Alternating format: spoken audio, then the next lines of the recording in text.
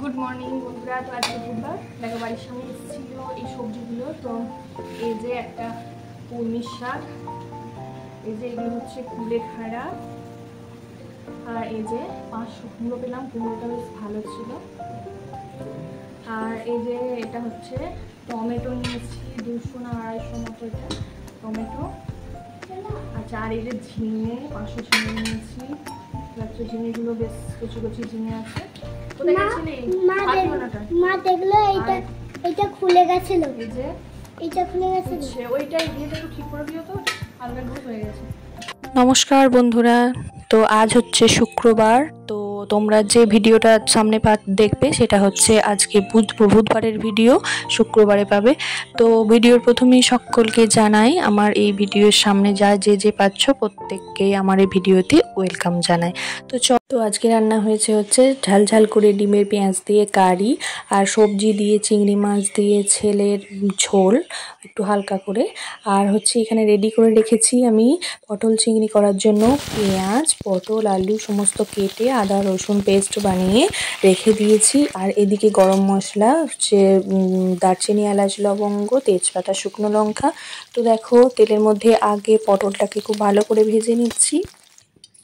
তো পটল ভাজা হয়ে গেলে তারপরে চিংড়ি মাছগুলো আমার একটু ভাজাই ছিল, যেহেতু আমি চিংড়িগুলো আগে কিনে ভালো করে ভেজেই রেখে দিয়েছিলাম গত একদিন আগে। তো তার মাঝখানে একদিন মঙ্গলবার পড়েছিল, তোমরা হয়তো ভিডিওতে দেখে থাকবে যে মঙ্গলবার দিন আমার নিরামিষ ছিল। তো সেদিন আমি করতে পারিনি এটা রান্নাটা, তো বুধবারে রান্নাটা করেছিলাম, তো সেটাই তোমাদের সাথে শেয়ার করছি। তো চিংড়ি মাছগুলো ভাজা হয়ে গেছে, এবার আমি আলুটা ভালো করে ভেজে নেব। তো দেখো এদিকে সমস্ত কিছু ভেজে আগে তুলে রেখে দিয়েছি, এবার আমি ওই তেলেই দিয়ে দিচ্ছি গরম মশলাগুলো। তো বন্ধুরা আমি খুব এটি ঘরোয়াভাবে পটল চিংড়ি যেভাবে হয় খুব কম তেল মশলায়, তো সেটাই আমি তোমাদের সাথে শেয়ার করব। আর প্রচণ্ড তেল মশলা তো আমরা অন্য বাইরেও রেস্টুরেন্টে খেয়ে থাকি, কিন্তু ঘরোয়াভাবে পটল চিংড়ি যেটা খুব সুস্বাদু এবং ভালো হবে সেটাই আমি শেয়ার করব তোমাদের সাথে। তো দেখো এখানে গরম মশলাগুলো দিয়ে পেঁয়াজগুলোকে একটু লাল লাল করে ভালো করে ভেজে নিচ্ছি। তারপরে আমি মশলার বাটির মধ্যে পেস্ট করে সেখানেই সমস্ত জিরে গুঁড়ো, ধনে গুঁড়ো, হলুদ গুঁড়ো, কাঁচা রেড চিলি, খুব সামান্য পরিমাণে একটু রেড চিলি দিয়ে পেস্টটাকে একদম মিক্সচারটা করে রেখে দিয়েছিলাম, সেটাই আমি একসাথে দিয়ে দিলাম। তারপর খুব ভালো করে এটা মেশাতে হবে। তারপরে পরিমাণ মতো দেখো নুন দিয়ে দিচ্ছি।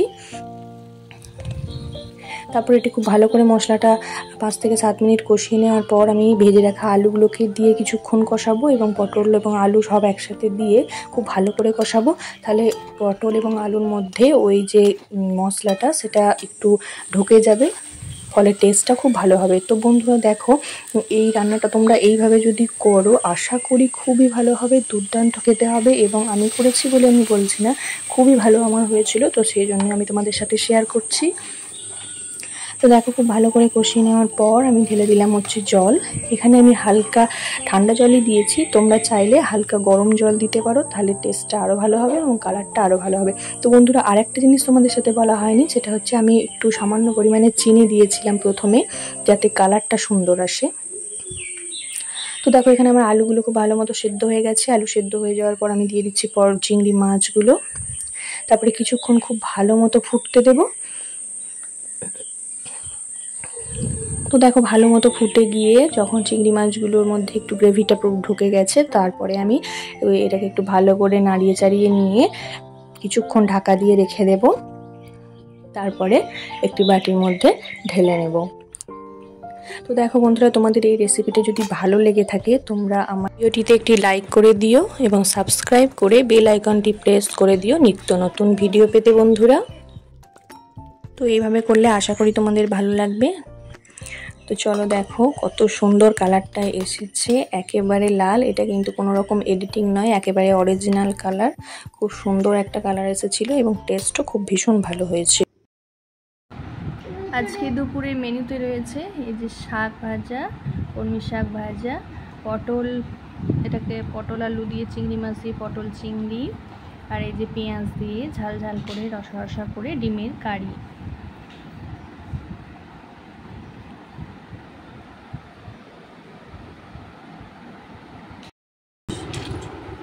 রঙগুলো ভরছিস? আর কোনটা করেছিস দেখা? এটা করেছিস? এটা এটা এখন করলি তো? আর এই ফিশটা করলি? হ্যাঁ ফিশটা রং ভালো হয়নি, ফিশটা এই দেখো এগুলো ভালো ভর্তি হয়নি।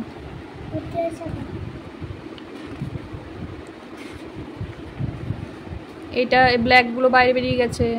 কিছু হবে না। কিছু হবে না কেন? পাতাটা এই কালারটা নেই, এই কালারটা হারিয়ে ফেলেছিস? হুম, ডিপ গ্রিনটা না হারিয়ে ফেলেছি। ওই জন্য দুটোই এক করে দিয়েছিস? হ্যাঁ দুটো এক করেছিস ওই জন্যে? হ্যাঁ ঠিক আছে, এটা ভালো করে করতে হবে। আর একটু কালোগুলো বেরিয়ে গেছে তো, কালোগুলো ভর্তি হয়নি, এদিকে বেরিয়ে গেছে। ঠিক আছে, ভালো করে করো, ডিপ ডিপ করে করো, ভালো করে করো, নাহলে লিখতে বসো একে চন্দ্র। হয়ে গেছে। ভালো করে করো, নাহলে লিখতে বসো। উঠে সোজা হয়ে বসে করো। হয়ে গেছে। বাইরে বেরিয়ে যাচ্ছে কিন্তু। এটা এটা আবার কালকে করবো, করতে পারছি না। কালকে করবে, এখন করে নাও। এদের বাইরে বেরিয়ে গেছে, দেখেছিস রঙগুলো?